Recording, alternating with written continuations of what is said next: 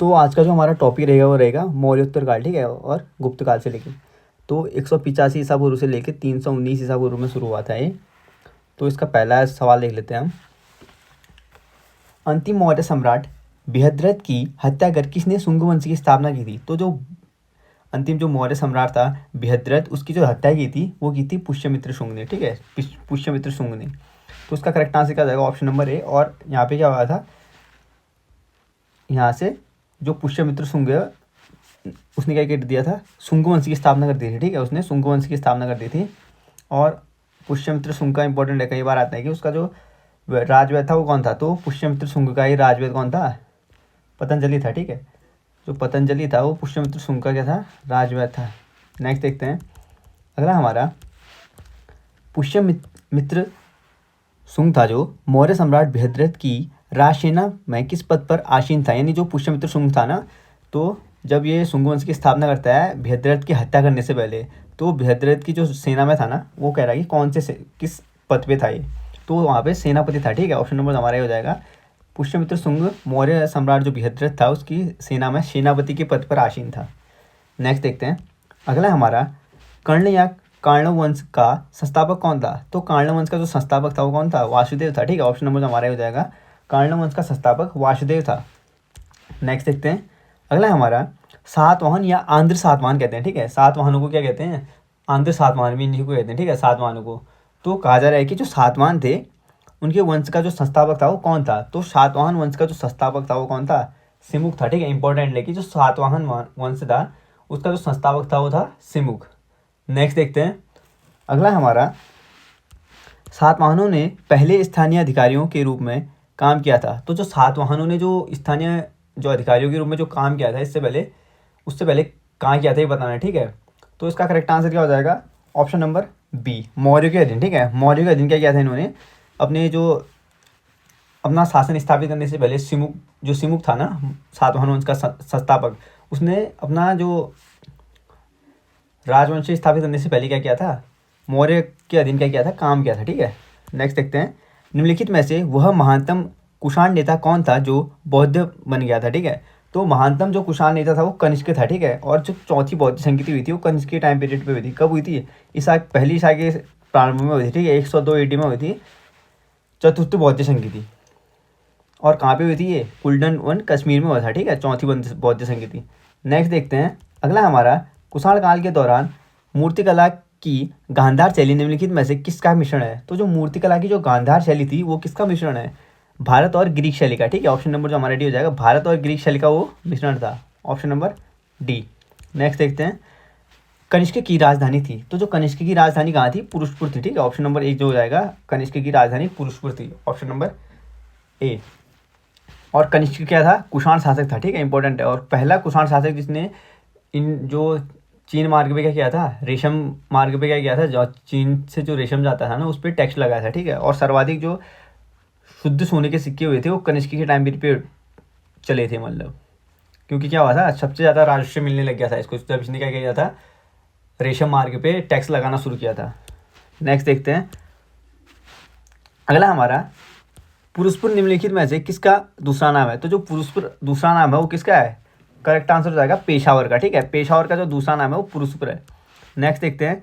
चरक किसके राज चिकित्सक थे? तो जो चरक राज चिकित्सक थे वो कनिष्क के थे। ऑप्शन नंबर जो हमारा डी हो जाएगा, कनिष्क के चरक राज चिकित्सक थे, ठीक है। और पतंजलि किसके थे? तो पुष्यमित्र शुंग के पतंजलि थे, ठीक है। और कनिष्क के टाइम पीरियड में क्या हुआ था? चौथी बौद्ध संगीति हुई थी, इंपॉर्टेंट है। नेक्स्ट देखते हैं अगला हमारा। तक्षशिला के प्रसिद्ध स्थल होने का कारण था, तो जो तक्षशिला थी उसका जो प्रसिद्ध होने का कारण था गांधार कला का, ठीक है। ऑप्शन नंबर जो सी हो जाएगा, गांधार कला के कारण तक्षशिला क्या हुआ था? प्रसिद्ध हुआ था। नेक्स्ट देखते हैं। भारत में सर्वप्रथम स्वर्ण मुद्राएं किसने चलाए? तो सबसे पहले जो स्वर्ण मुद्राएं चलाई थी वो इंडो बैक्ट्रियन ने चलाई थी, ठीक है। इंडो बैक्ट्रियन, इंडो ग्रीक कहते हैं इनको, इंपॉर्टेंट है। पहली स्वर्ण मुद्राएं चलाई थी इंडो बैक्ट्रियन या इंडो ग्रीक ने। और उसके बाद आता है कि सर्वाधिक किसने चलाई थी?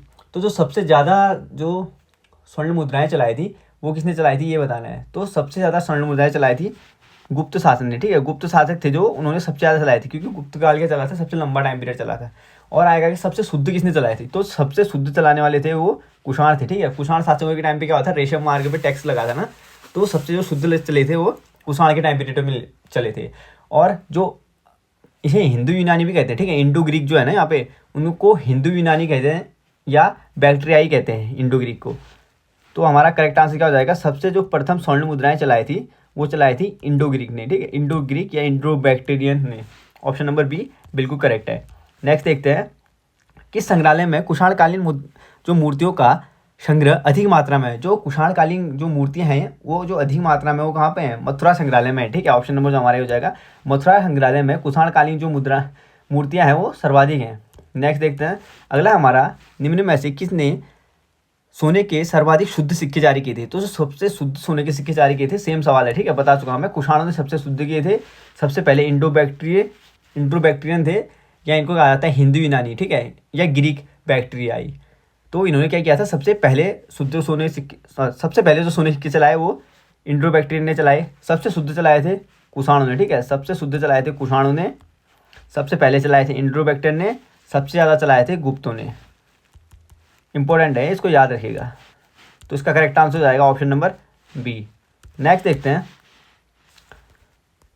अगला हमारा, सातवाहनों के समय में मुद्रा सर्वाधिक किस धातु की बनी। तो सातवाहनों ने जो सबसे ज़्यादा सिक्के चलाए थे ना वो चलाए थे शीशे के। ऑप्शन नंबर जो हमारा शीशा हो जाएगा। सबसे ज़्यादा जो सातवाहनों के सिक्के चलाए थे वो शीशे के चलाए थे, ठीक है।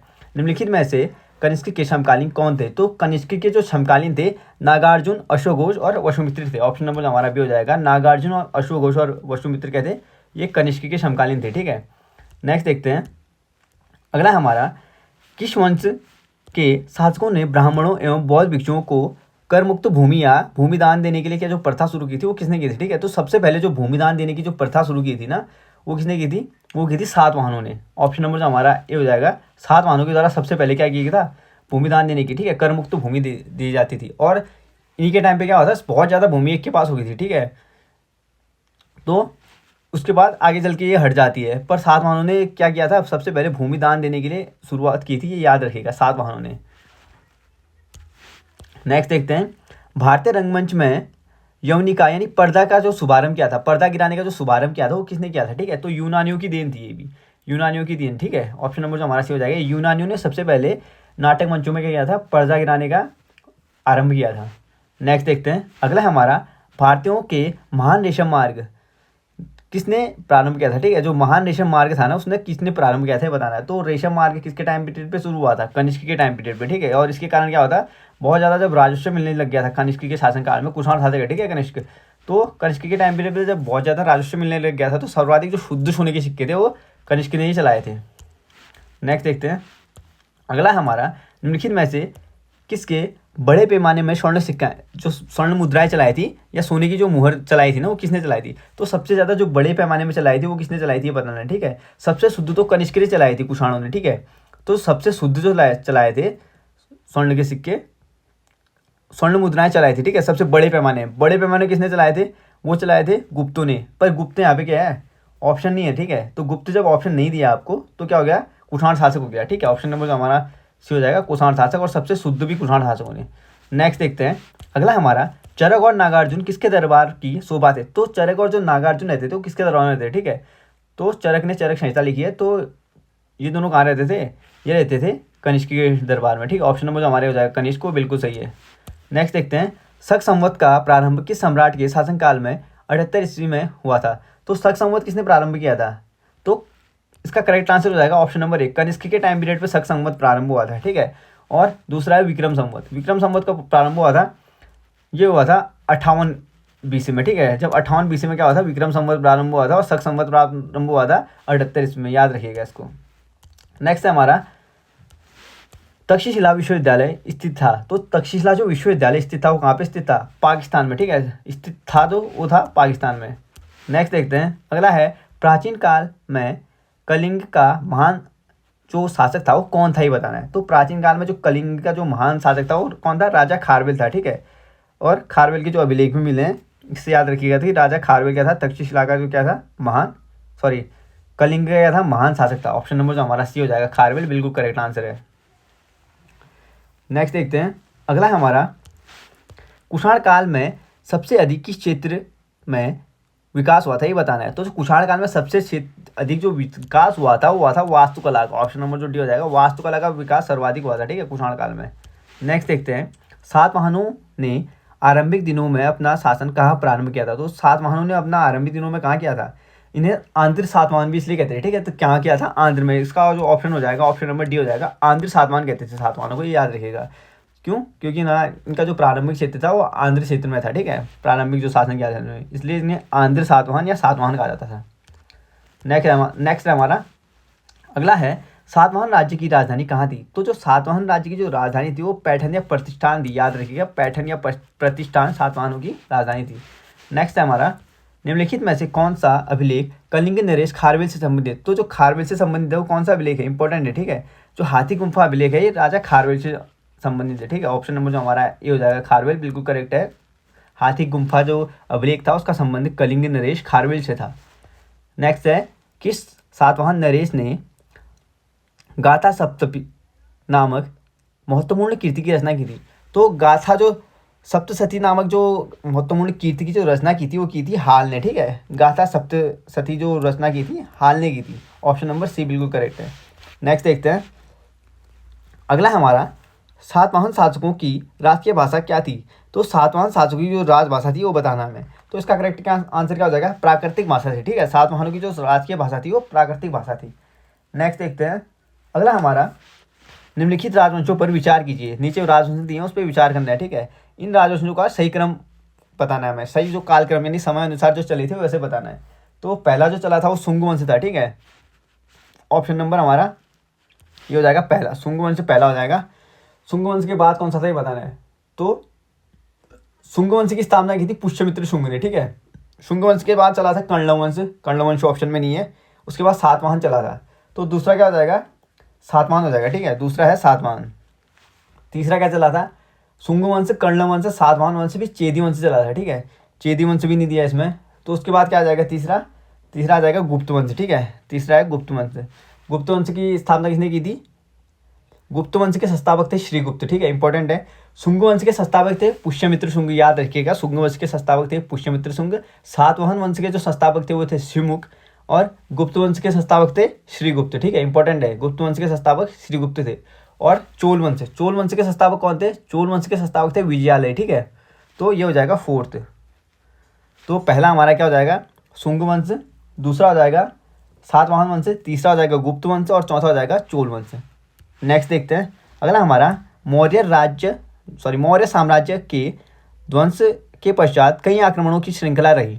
भारत पर सबसे पहले आक्रमण निम्नलिखित में से किसने किया था। तो मौर्य साम्राज्य के बाद की बात कर रहे हैं, ठीक है। भारत में जो सबसे पहले आक्रमण किया था मौर्य साम्राज्य खत्म होने के बाद, बैक्ट्रियन या ग्रीक ने की था, ठीक है। इन्हें इंडो बैक्ट्रियन भी कहा जाता है या ग्रीक कहा जाता है, ठीक है, इंपॉर्टेंट है। हिंदू यूनानियों ने जो किया था, पहला आक्रमण किया था, ऑप्शन नंबर ये बिल्कुल करेक्ट हो जाएगा। और हिंदी यूनानियों ने क्या किया था, सर्वप्रथम जो नाटक मंचों पे क्या था, पर्दा गिराने की प्रथा शुरू की, गांधार कला का विकास किया था। सबसे पहले जो सोने के सिक्के थे उन्होंने किसने चलाए थे, हिंदू यूनानियों ने चलाए थे, ठीक है। नेक्स्ट देखते हैं, अगला हमारा, सूची 1 को सूची 2 से सुमेलित कीजिए तथा सूचियों के नीचे दिए गए कूट का प्रयोग करके सही उत्तर चुनिए। तो एक साइड हमें शासक दिए हैं, दूसरी साइड उपाधि दी है, ठीक है। तो किस शासक को कौन सी उपाधि से शोभित किया गया ये बताना है। अशोक को क्या कहा गया है, प्रियदर्शी, ठीक है।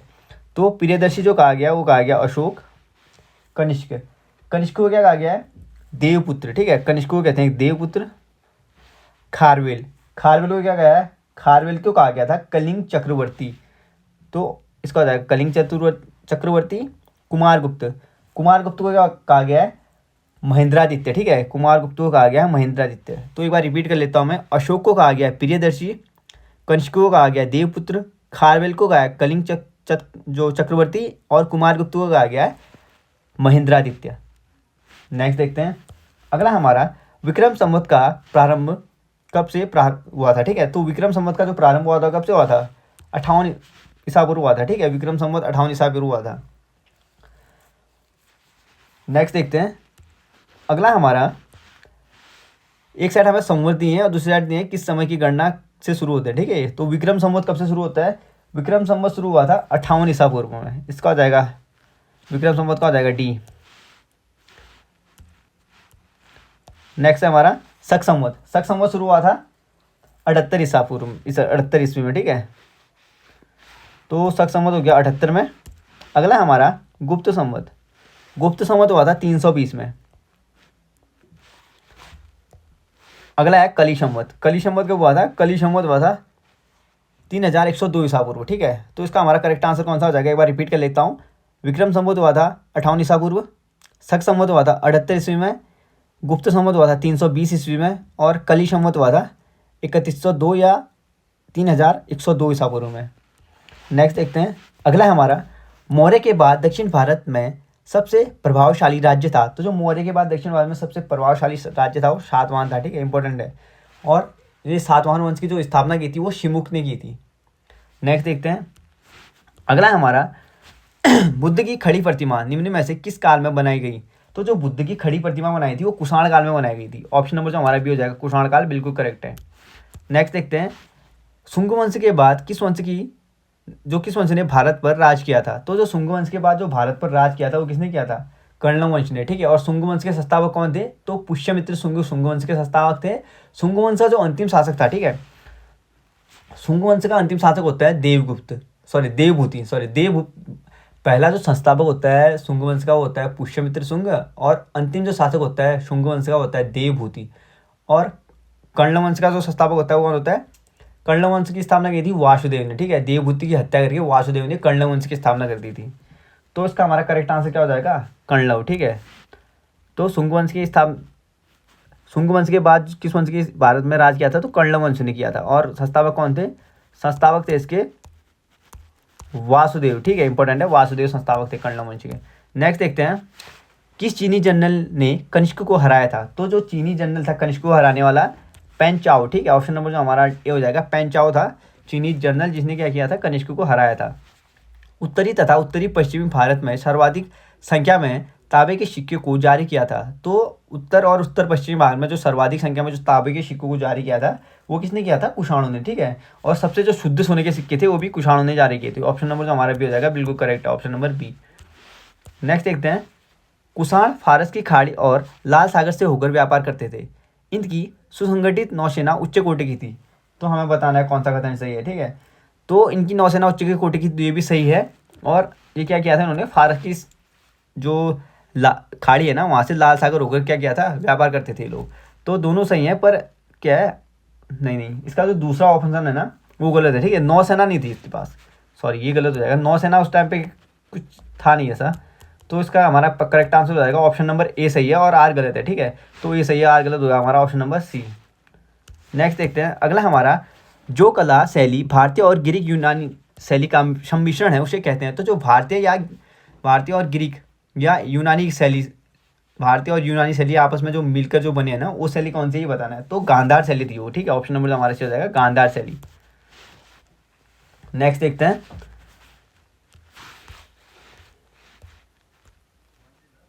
अगला हमारा कनिष्क बौद्ध धर्म की किस शाखा का अनुयायी था, ठीक है। कनिष्क जो बौद्ध धर्म की थी वो कौन सी शाखा का अनुयायी था ये बताना है। तो इसका करेक्ट आंसर क्या हो जाएगा? कनिष्क महायान शाखा का अनुयायी था, ठीक है। ऑप्शन नंबर जो हमारा सी हो जाएगा, महायान शाखा का अनुयायी था कनिष्क। नेक्स्ट देखते हैं। अगला हमारा कनिष्क के शासनकाल की सर्वाधिक महत्वपूर्ण घटना कौन सी थी? तो जो कनिष्क के शासनकाल में जो सबसे महत्वपूर्ण घटना हुई थी वो कौन सी हुई थी? चतुर्थ बौद्ध संगीत हुई थी, ठीक है, कनिष्क के टाइम पीरियड पे। कहाँ पे हुई थी? कुंडलवन कश्मीर में। और पहली ईसा के शुरुआत में हुई थी 102 AD में। नेक्स्ट देखते हैं। प्राचीन भारत का महान व्याकरण पतंजलि किसका समकालीन था ये बताया। तो पतंजलि किसका समकालीन था? तो ये जो पुष्यमित्र शुंग थे ना उनके दरबार में रहते थे। तो इसका करेक्ट आंसर क्या हो जाएगा? Option number D. नेक्स्ट देखते हैं। अगला है प्राचीन भारत में विशुद्ध संस्कृत भाषा में सबसे जो लंबा अभिलेख है वो किस राजा से जारी किया था? तो सबसे जो लंबा अभिलेख जो जारी किया था वो किया था रुद्रदामन ने, ठीक है। शक राजा जो रुद्रदामन था उसने सबसे लंबा संस्कृत में अभिलेख जारी किया था और सबसे पहला अभिलेख भी संस्कृत में यही है, ठीक है, रुद्रदामन का। नेक्स्ट देखते हैं। अगला हमारा किस राजा के शासनकाल में ईसाई धर्म प्रचारक सेंट थॉमस भारत आया था? तो जो सेंट थॉमस जो भारत आया था वो किसके टाइम पीरियड पे आया था? तो इसका करेक्ट आंसर क्या हो जाएगा? गंदो फिरनेस, ठीक है। गंदो जो फिरनेस था इनके टाइम पीरियड पे क्या आया था? जो सेंट थॉमस था ना वो भारत आया था, ठीक है। ईसाई प्रचारक था सेंट थॉमस, ये गंतु फिरनस के टाइम पीरियड पे क्या आया था, भारत आया था। नेक्स्ट देखते हैं अगला हमारा, किस कुषाण शासक ने सर्वप्रथम स्वर्ण मुद्रा जारी की? तो सबसे पहले जो स्वर्ण मुद्रा जारी की थी वो किसने की थी? वाशिष्ठ ने, ठीक है। ऑप्शन नंबर जो हमारा डी हो जाएगा। वाशिष्ठ था उसने सर्वप्रथम सोने के जो सिक्के थे वो जारी किए थे, सोने की मुद्रा, ठीक है। नेक्स्ट देखते हैं, किस वंश के शासकों ने क्षत्रप प्रणाली का प्रयोग किया? तो क्षत्रप प्रणाली का जो प्रयोग किया गया था वो किया गया था शकों ने, शकों के द्वारा। ऑप्शन नंबर जो हमारा डी हो जाएगा, शकों के द्वारा क्या किया था, जो क्षत्रप प्रणाली थी उसका प्रयोग किया गया, ठीक है। त्रातार मुक्तिदाता की उपाधि किस वंश के शासकों ने धारण किया था? तो तात्राक जो तात्रार, ठीक है, इसका क्या है, मुक्तिदाता। तो मुक्तिदाता की जो उपाधि थी वो किसने धारण की थी? शकों ने की थी, ठीक है। इंपॉर्टेंट है शकों ने। ऑप्शन नंबर जो इसका ए हो जाएगा वो बिल्कुल करेक्ट है, ठीक है, शकों ने।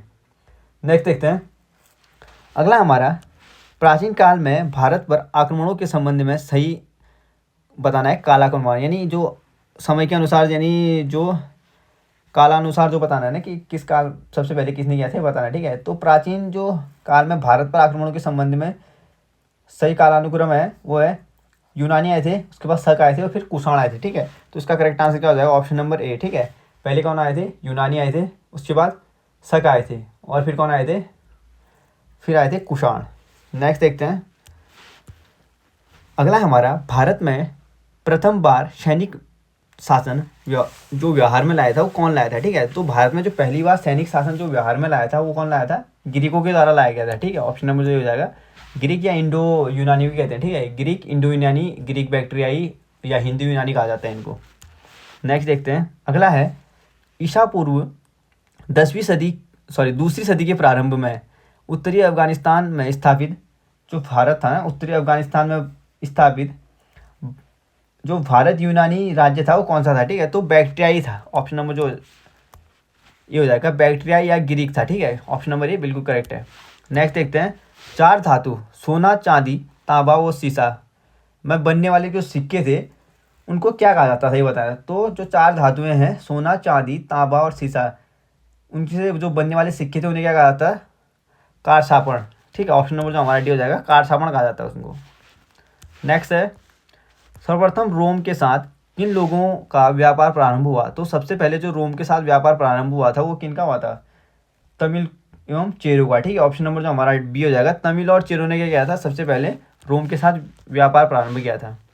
नेक्स्ट देखते हैं अगला हमारा, मौर्योत्तरकालीन प्रमुख बंदरगाह कौन असत्य है, ठीक है। तो मौर्योत्तरकालीन जो प्रमुख बंदरगाह असत्य है वो कौन सा है? कोचीन है, ठीक है। कोचीन तो बहुत बाद की बात है, ये तो बहुत बाद में हुआ था, ठीक है, और पुर्तगालियों ने किया था ये।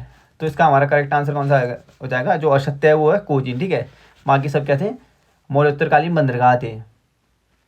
बारबेरिक्रम, बेरीगाजा, बटोस्का ए और अरिकामेटू, ठीक है। ये तीनों क्या हैं? सही हैं। नेक्स्ट देखते हैं अगला है, निम्न में से किस स्थान को पेरिप्लस ऑफ द इरिथीनियस सी में पोकड़ुके के संबंध में संबोधित किया जाता है, ठीक है। तो पोड़के के संबंध में संबंधित किया जाता है जो पेरिफल्स ऑफ द इरिथीरियन सी, ठीक है। इरिथीरियन सी जो कहा जाता था, संबोधित किया जाता है जिसको, वो किया जाता था अरिकामेटू। और अरिकामेटू क्या था? एक बंदरगाह था, ठीक है, मौर्योत्तरकालीन। तो इसका करेक्ट आंसर क्या हो जाएगा? Option number B. नेक्स्ट देखते हैं, मौर्योत्तर काल में किसने भारत में हिंदू यूनानी राज्य की स्थापना की थी? तो हिंदू यूनानी के राज्य की जो स्थापना की थी वो किसने की थी?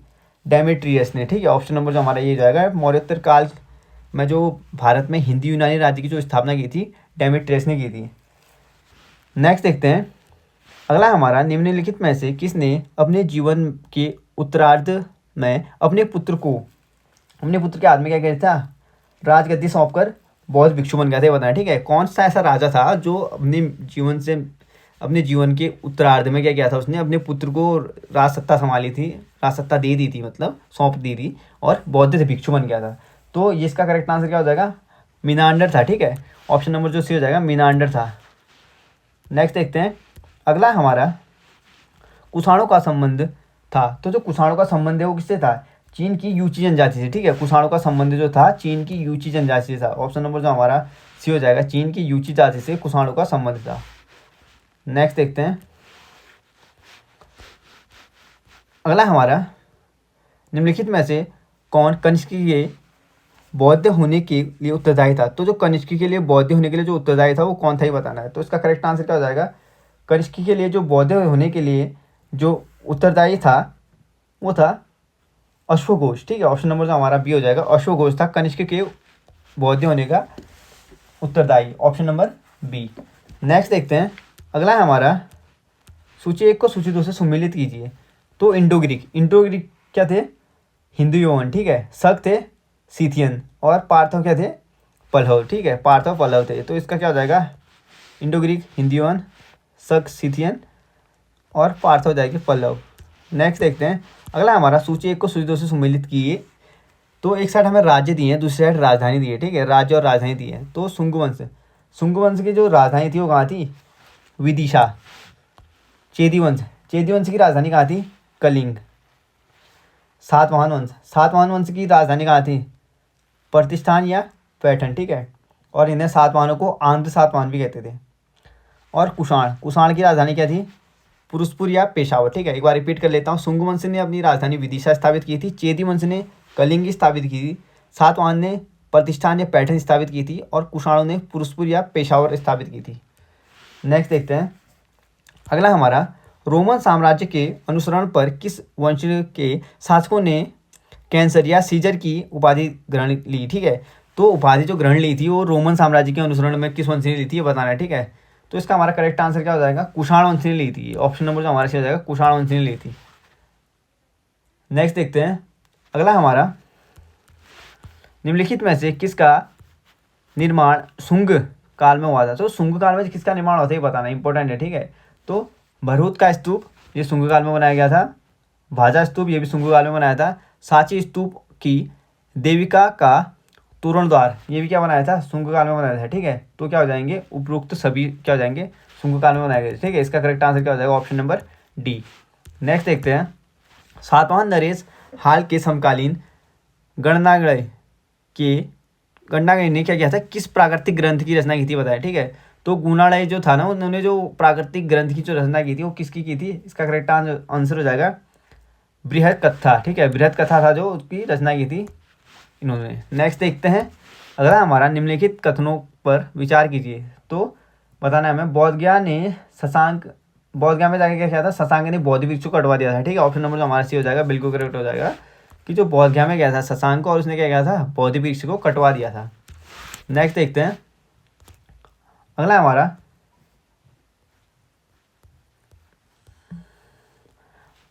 प्राचीन भारत में निम्न में से किस एक ने नियमित रूप से सोने के सिक्के चलाए थे। तो जो नियमित रूप से जो सोने के सिक्के चलाए थे ना, और सबसे शुद्ध जो सोने सिक्के चलाए थे वो चलाए थे कुषाणों ने। ऑप्शन नंबर सी बिल्कुल सही हो जाएगा।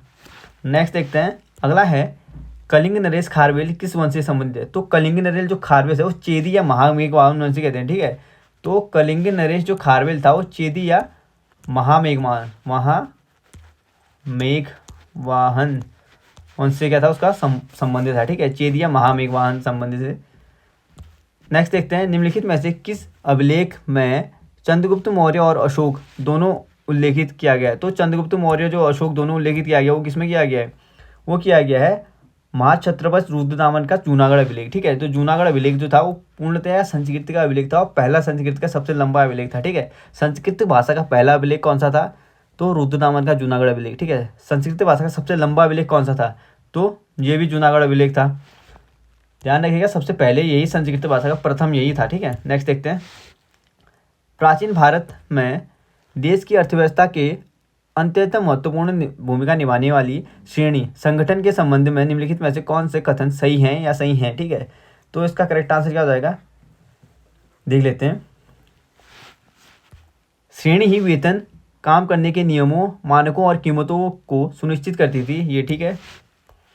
और श्रेणी का अपने सदस्यों पर न्यायिक अधिकार था। ठीक है, तो श्रेणी क्या करेगी, वेतन और काम करने के नियमों को, मानक जो कीमतें उनको सुनिश्चित करेगी, और श्रेणी का अपने सदस्यों के हाथ क्या था, न्यायिक अधिकार था। ठीक है, तो ये दोनों कथन क्या थे, सही थे। नेक्स्ट देखते हैं, रबातक अभिलेख के संदर्भ में निम्नलिखित में से कौन सा कथन सही है। तो रबातक अभिलेख के संबंध में कौन सा कथन सही है बताएं। ठीक है, कनिष्क और कटफिसस शासकों के बीच संबंध स्थापित करने के लिए तो रवादा का अभिलेख बिल्कुल सही है कि कनिष्क और जो कदफिसिस थे इनके बीच जो संबंध स्थापित करने के लिए ये अभिलेख है, ठीक है। Option number A